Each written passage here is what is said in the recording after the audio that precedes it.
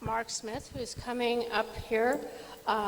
Mark has worked in the 2A area for a long time. You'll find his bio on, if you look at the back with your QR code, you'll also find a paper that he wrote that is probably one of the definitive discussions on brewing.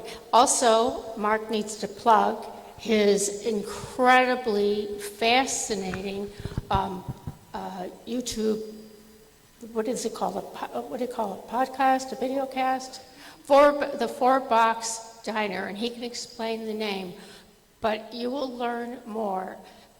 It's fantastic. I've seen every one of them, and they're great. They'll take you from the beginning. There are simple explanations. There are more complex explanations, but he will leave you with all of the tools that you need to expand your intellectual knowledge of the Second Amendment. And it's fun, too. Mark? Thank you, Julianne. Good morning. Before we begin, I just want to say a shout out to David Hardy, one of the early scholars in the Second Amendment space, who wrote the first article, probably the first article in 1973, talking about the modern meaning, the modern role that the Second Amendment plays in the 20th century, which really was not an issue until the 70s because, well, people weren't trying to steal our gun rights until really the 60s. So Dave Hardy, thank you for coming today. Now today, I want to talk about four things. The first thing is, what has happened in the 90 days since the Supreme Court decided Nysurpa versus Bruen? Second is, what exactly was Bruen about, and what did the Supreme Court tell us going forward the Second Amendment means for our lives day to day and our freedoms? The third thing is, I want to talk about the main types of cases. There's an infinite number of legal challenges that can be brought in America involving gun rights and the Second Amendment. But what are the primary ones that you should be focused on over the next 6 to 9 months? We'll talk about that, and we'll talk about exactly how courts, and for judges listening out there, how they should apply the law to get it right under not just the text of the Second Amendment, but the methodology and analytical framework set forth by the Supreme Court in Bruen. And then I want to talk about a potential loophole that I think the anti-gunners are going to try to exploit in the decision in Bruen, and why that should fail. And as part of that, I'm going to give you a little plug for my YouTube channel that if you haven't subscribed to, you should, the Four Boxes Diner. Because if you take a look at the bio on that QR code, you'll see that I spend much of my time in academia and scholarship now. Although I'm a former trial lawyer and litigator, now I'm mostly a scholar in academia. So it's nice to leave the world of scholarship and academia for America at events like this. And the last thing I want to talk about is, where do we go from here? So to begin, what's happened in the last 90 days since Nysurpa versus Bruen? Let me give you some good news. The news you probably haven't seen in the press. The news you probably haven't seen in the media, because it's kind of buried for good reason. First, in Colorado, 2 separate so-called assault weapons, which are assault weapon bans are nothing more than bans on semi-automatic rifles, right? There's no such thing as assault weapon.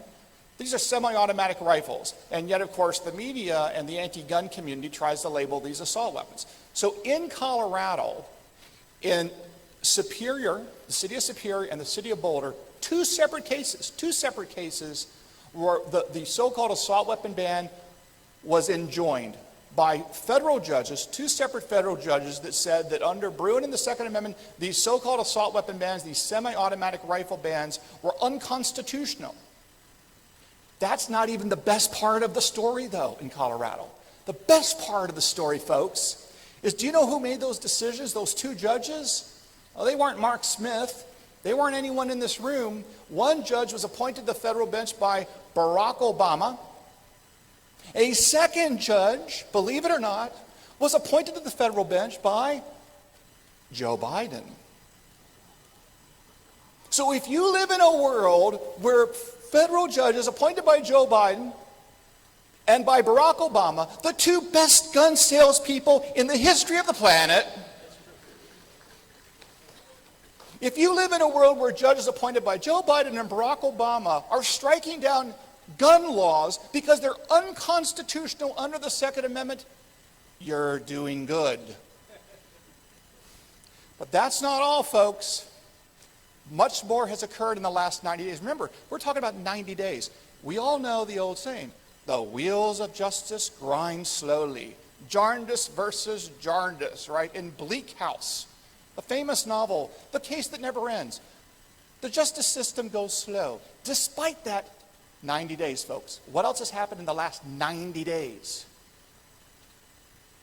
In Texas, the Northern District of Texas, a ban on 18 to 20-year-old young adults.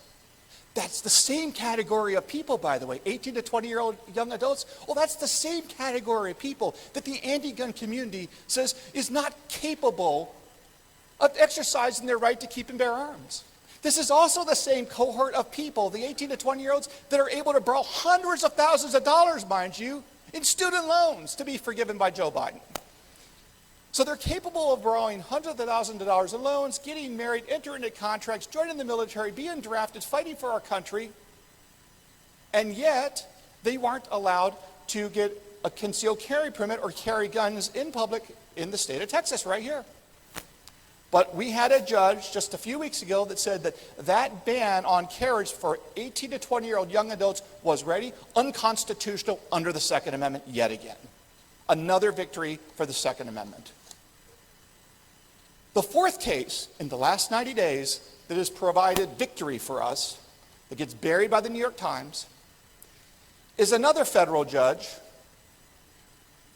struck down essentially a federal statute, not just a state statute, but a federal statute, 18 U.S.C. 922N, that says that if the federal government has accused you of a crime via an indictment, you are now allowed to acquire a handgun or a firearm from an FFL. Okay? So if a government accuses you, if this government accuses you of a crime and indicts you for a crime that you can go to jail, you don't have to go to jail, you don't have to be convicted. If you could go to jail for more than a year, you're not allowed to acquire a gun from an FFL. That is 18 U.S.C. 922N. Federal judge, Texas, the Western District said,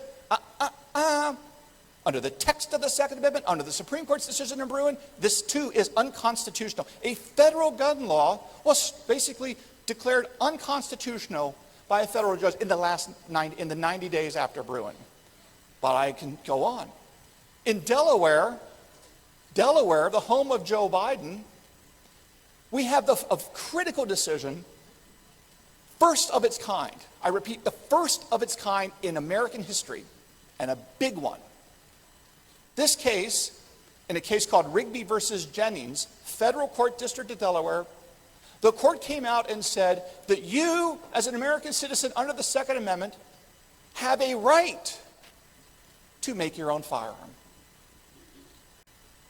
To make your own firearm. And in doing so, in finding that conclusion, they then said that virtually all of the so-called ghost gun laws enacted by Delaware, we know ghost guns is yet again another propaganda term by the left, the anti-gun movement, and the media that goes along with them, the handmaidens in the medium. We know that ghost guns is a propaganda term for a do-it-yourself gun. One wonders whether or not they're going to start calling do-it-yourself decks and do-it-yourself porches ghost decks and ghost porches, because they don't have a serial number. But the bottom line is a federal judge in Delaware, the backyard of Joe Biden, says, Delaware's ghost gun laws are unconstitutional under the Second Amendment because you have an implicit right to make your own gun. The right to keep guns, which means the right to possess guns, the right to carry guns, which is the right to bear, allows you implicitly to have the right to make your own gun. Nothing is forcing you to go buy it at a retail store, at a gun store. You can make your own. First decision of its kind. Thank you, Supreme Court and the Second Amendment. Then just last week, remember, 90 days after Bruin, more to come, just the last 90 days I'm summarizing. Winchester, Virginia, public park. The anti-gunners went out there and passed a law saying, you can't have it, okay, you can carry, but you can't have a gun in public park in in Winchester County, Virginia, in the city of Winchester, Virginia. You can't have it in a public park. Oh, and you can't bring it to a parade or a public event. A state court judge says, nope, can't do that either. Banning guns in public parks, banning guns at public events and in the adjacent streets around a parade or a public event, unconstitutional under the Second Amendment. Goodbye, get out of here law. Then we have in New York, watch out New York, baby. Courts are coming for you. You can throw your little hissy fit all you want. Doesn't matter. They're going to put you in a corner, face the wall, and you're going to take a timeout. You watch. You watch. Let me tell you why. There's a case called Antonyuk versus Bruin. This case was decided, and when you read the media reports, it's all like, New York wins, gun control laws upheld. Yes, that's the headline. But if you're a Second Amendment lawyer or Second Amendment scholar, you actually read the opinion in all 75 pages of it. What they really buried was this. The first 35 pages explained why the plaintiffs that sued New York lacked standing because they didn't make allegations. The reality is they probably had standing, but the New York court, I think, got it wrong. But nevertheless, 35 pages saying plaintiff didn't have standing, he has no authority to come to the court and ask for the relief he's seeking. Okay. What was in the last 35 pages of that opinion? 35 pages explaining basically every aspect of the new New York gun law, including like no guns in Times Square and the like. Guess what? 35 pages saying, well, I can't rule on this because I don't have jurisdiction because the plaintiff doesn't have standing. But if I did have jurisdiction, I would basically get rid of all these gun laws. They're clearly unconstitutional. And he goes, for 35 pages, he says, I don't have to do this, but I'm going to do it anyway. All of these New York gun laws that were just enacted are essentially unconstitutional under the Second Amendment. Now, that's not the good news. What is the good news? Guess what? The Gun Owners of America organization and some new plaintiffs filed another lawsuit in the same court, in the same jurisdiction.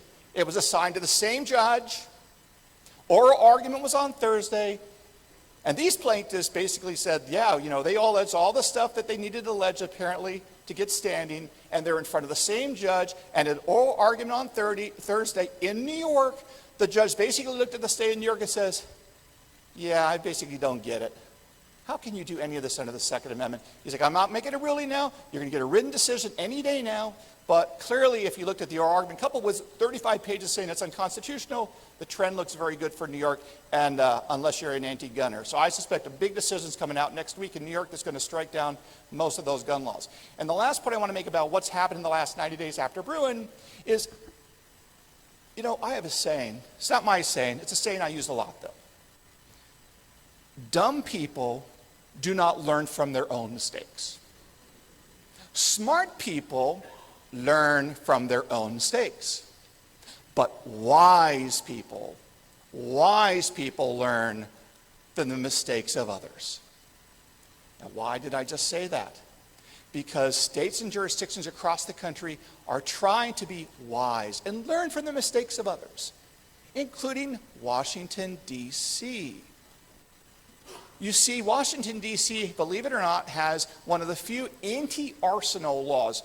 How many of you know what an anti-arsenal law is? Very few, because it's not that rare in America, but popular in Europe. Anti-arsenal laws basically restrict the number of guns you can own, the amount of ammunition you can have, and the like. Okay, it's very popular in Europe, not so much here, for obvious reasons. What did D.C. do? D.C. had a law that says you could not carry on your body, even with a carry permit, more than 20 rounds of ammunition at any one time. Guess what they did in light of Bruin? They said, maybe this is not a good idea. And they just did an emergency session to basically vacate and get rid of the 20-round carry restrictions because they've learned, trying to be wise, the lessons of the other jurisdictions that are getting spanked in court. So that's what's happened in the last 90 days. And in investing, if you invest money, they say the trend is your friend. When it comes to what's happened in the last 90 days, I would say for the Second Amendment community, the trend has been our friend. Now, let's talk about Bruin. Bruin's a very long decision, a lot of complicated stuff in there. We could go into extreme detail. In fact, On your QR code, if you want to take a look at this, I wrote one of the earliest, if not the earliest, law review article in America on the legal significance of the Bruin decision, with the focus on law clerks and judges who are actually going to have to apply it. This is very technical. The article that's on you can look on your QR code, was published in the Harvard Journal of Law and Public Policy, a prominent journal looked at by many judges across the country. So it's important. And if you want to get into the geeky technical arguments, feel free to check that article out, but you don't need to if you listen to this. But if you're a judge or a law clerk or someone that really needs to understand Bruin from a technical, scholarly point of view, check out that article in the Harvard Journal. Now, for your purposes, NYSERPA versus Bruin, what was it about? It was basically about Mother May I like to say.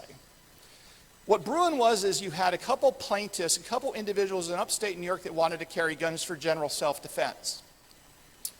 And to do so in the state of New York before Bruin, you had to go, Mother, may I please carry a gun for self-defense? And unless you are special in some way, usually because you are someone who was a potential victim of a stalker, there was a restraining order in your favor, something that made you uniquely situated to be a crime victim, unless you were that, you could not carry a gun in New York. You had to be special because New York had what was known as a May issue regime, which was the distinct minority. There was only 6 states with May issue regimes. The rest are either permitless carry or shall issue carry. So these plaintiffs tried to get the gun licenses. They were denied repeatedly, and they sued. Goes all the way up to the U.S. Supreme Court. No one in New York, because remember, in New York took the position that the right to carry guns was not a right at all. It was a privilege. They actually changed their position before the U.S. Supreme Court. Says, oh yeah, maybe it is a right, but not until they before the Supreme Court, and had to be, in my view, in my opinion, intellectually honest, that they actually say, oh yeah, it's a right. Because up to that point, they said it was just a privilege.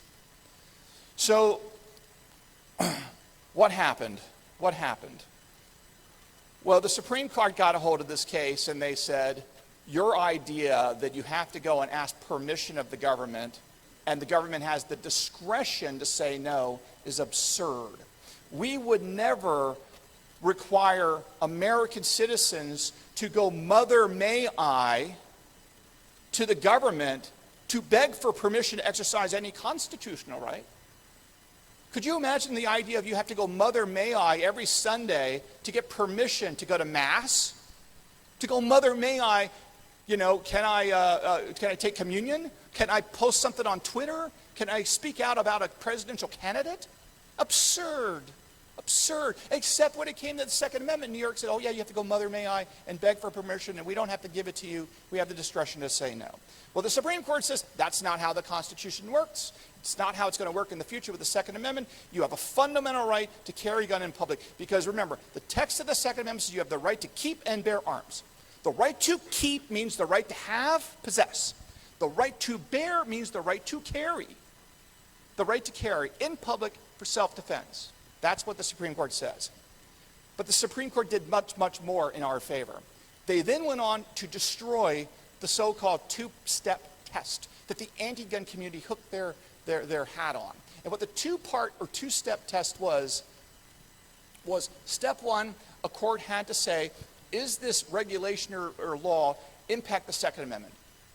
If no, it doesn't matter. If yes, they then said, we're going to go to step two, and we're going to apply what's known as tiers of scrutiny. This must understand this. Tiers of scrutiny. If you ever hear the phrase tiers of scrutiny, or you ever hear the phrase scrutiny, intermediate scrutiny, strict scrutiny, rational, it doesn't matter. If you hear the word scrutiny in terms of constitutional law, you run away desperately, because tiers of scrutiny is a euphemism. It is a metaphor for what? It is a metaphor for going to a federal, or going to any judge who works for the government and having the judge decide, is your right to keep and bear arms worth protecting against a government interest? And the judge decides by virtue of balancing what protecting.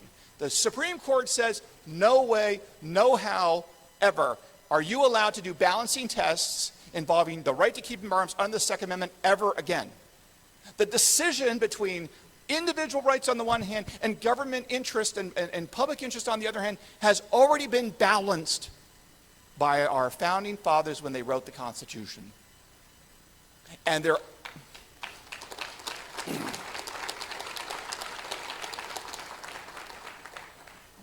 And the court went on to point out that this is not the only aspect of the Bill of Rights that has public safety implications. For example, the Fourth Amendment, search and seizure, unwarranted searches.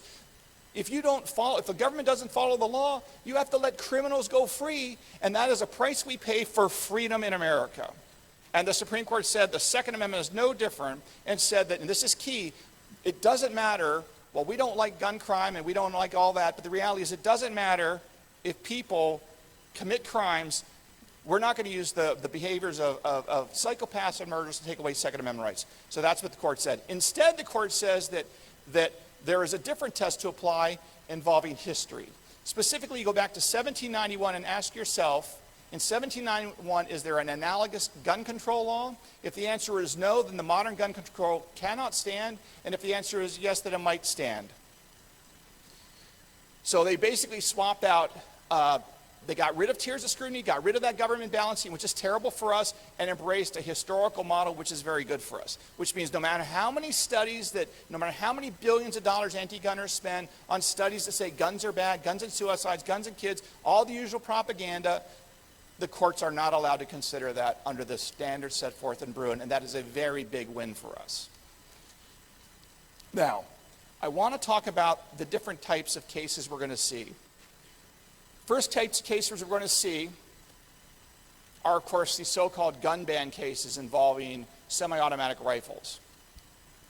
This is going to be a very easy case, I think, for the courts, as those two Colorado judges already found.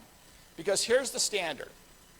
The U.S. Supreme Court says that if a firearm or if an arm is commonly possessed by Americans for lawful purposes, it is protected under the Second Amendment. You cannot ban it. Commonly possessed. Now, what does commonly possessed by Americans for lawful purposes mean? Well,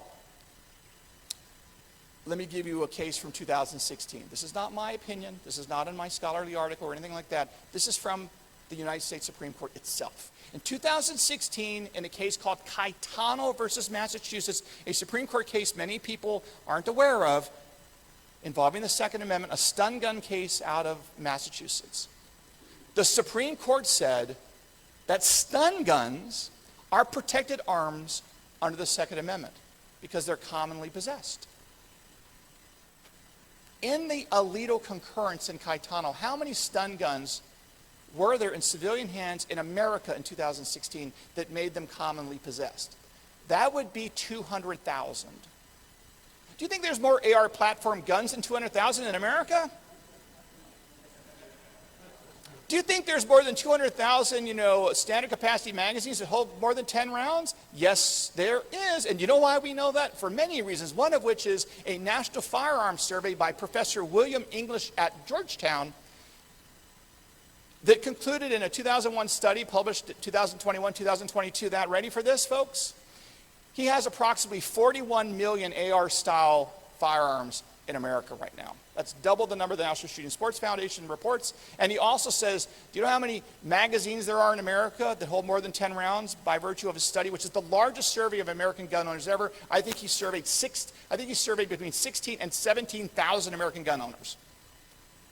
By his estimates and calculations, there are over 500 million magazines that hold more than 10 rounds in the United States today.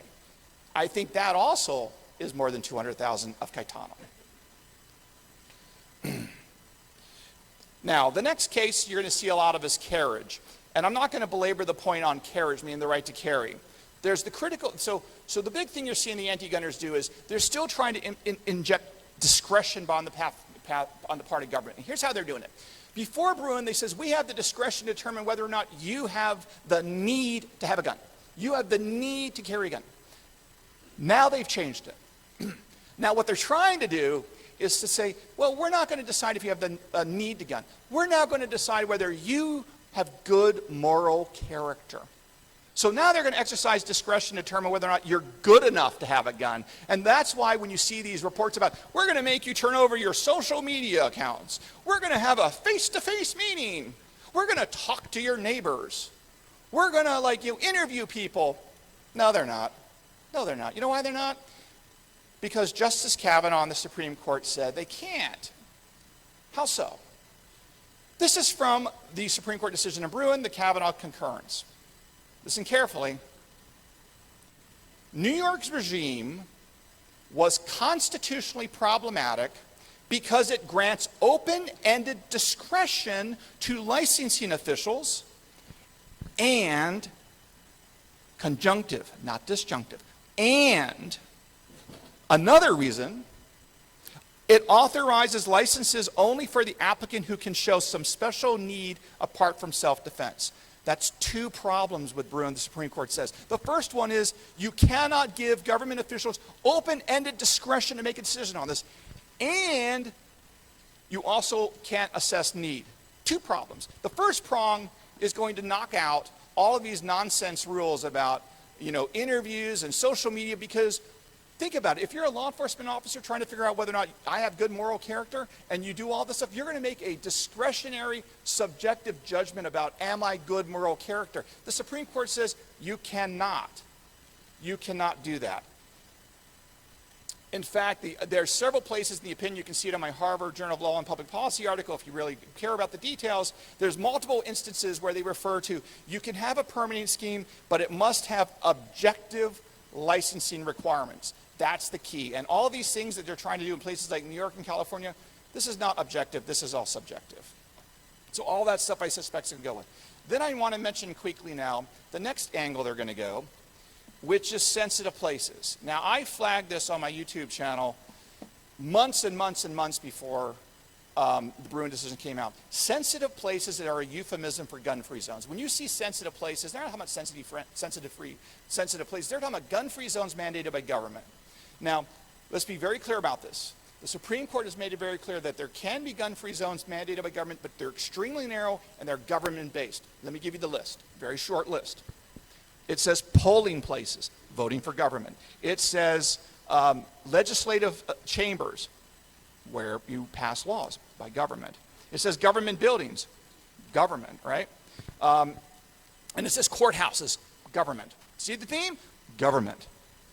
And it mentions schools, but it then cites to, and this is where you got to get a little geeky, it says schools.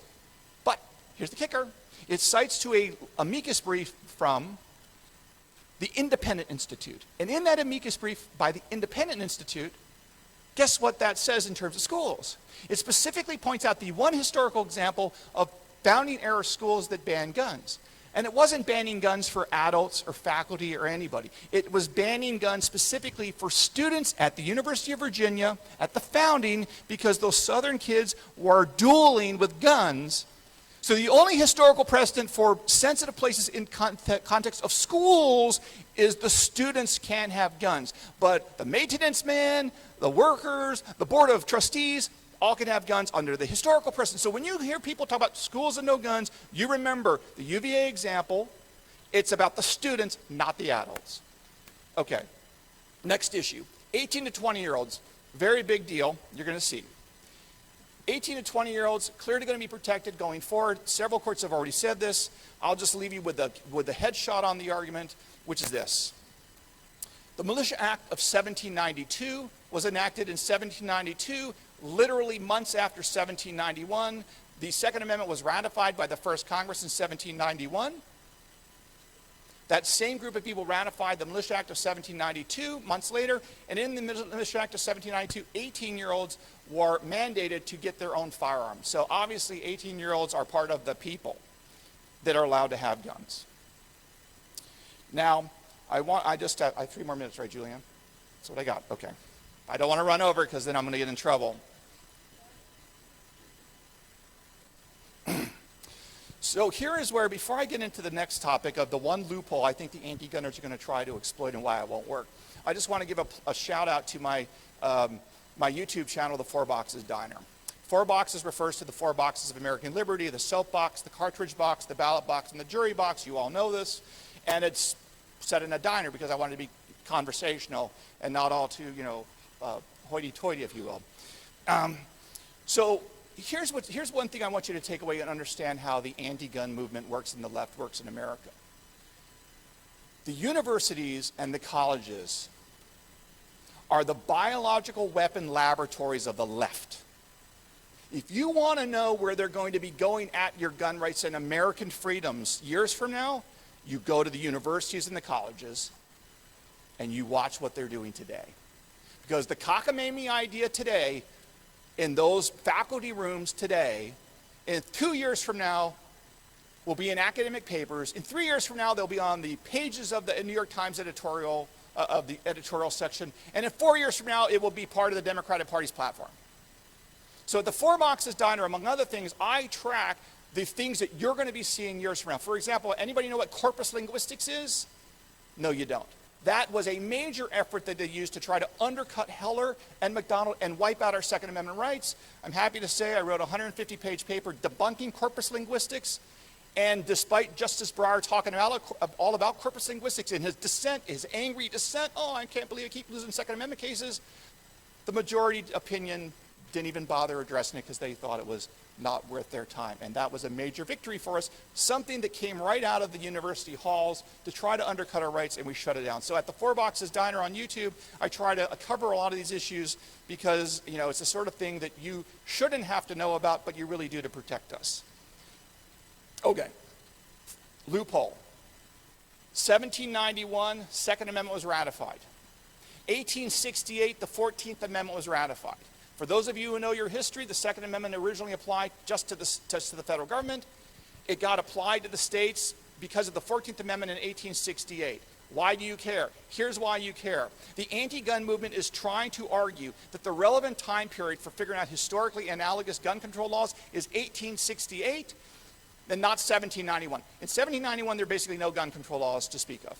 In 1868, you start to see gun control laws because you see an effort by the South to convert slave codes into black codes in the guise of neutral gun control laws. So the anti-gunners are trying to make the interpretation of the Second Amendment be set in 1868 instead of 1791. That should not work because, frankly, the interpretation of the Bill of Rights has to remain the same against the federal government and the states. You can't have one interpretation with one and the other. So it should be 1791, and the Supreme Court has always said that to be the case. So to summarize, but again, this is an example. The other thing the anti-gunners do is they're trying to draw a distinction between what it means to infringe in the Second Amendment and what it means to abridge in the First, to try to argue they can do more to the Second Amendment than they can to the First. These are the sorts of things that you see from the anti-gun movement that I do talk about a lot in the Four Boxes Diner. So to close, the Second Amendment movement in the United States, I think, has a lot to look forward to and a lot to be optimistic by. Do not get duped by the headlines, either on polling or do not get duped by the headlines when it comes to, like, gun controls in charge. We have 25 constitutional carry states today, and that number is going to grow. That's telling us quite a bit. And we know a lot of liberals in liberal states, because of the crime wave, are now buying guns more than ever before.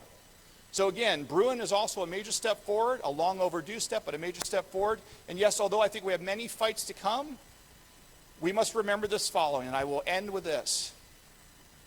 Benjamin Franklin, at the time he and his peers signed that document called the Declaration of Independence, had the following to say to his peers in the name of liberty and freedom and the start of the country of the United States of America with that Declaration of Independence. This is what Benjamin Franklin, one of our founders, said. We must all hang together, or most assuredly we shall hang separately. Now, I think that is a very good bit of advice, not just for the founding fathers that created this great country, the greatest country that's ever existed in the history of the planet. I think that's very good advice to the Second Amendment movement, because no matter where you are or who you are or what you do, these rights and these freedoms are not just ours to protect, we're also protecting these for future generations. And never forget that the anti-gun movement in America, despite all the trappings of being a civil rights movement, is in reality an anti-civil rights movement that sides with government and sides with power against freedom and liberty and what America stands for, which is trust, we the people, and not they, the government. Thank you.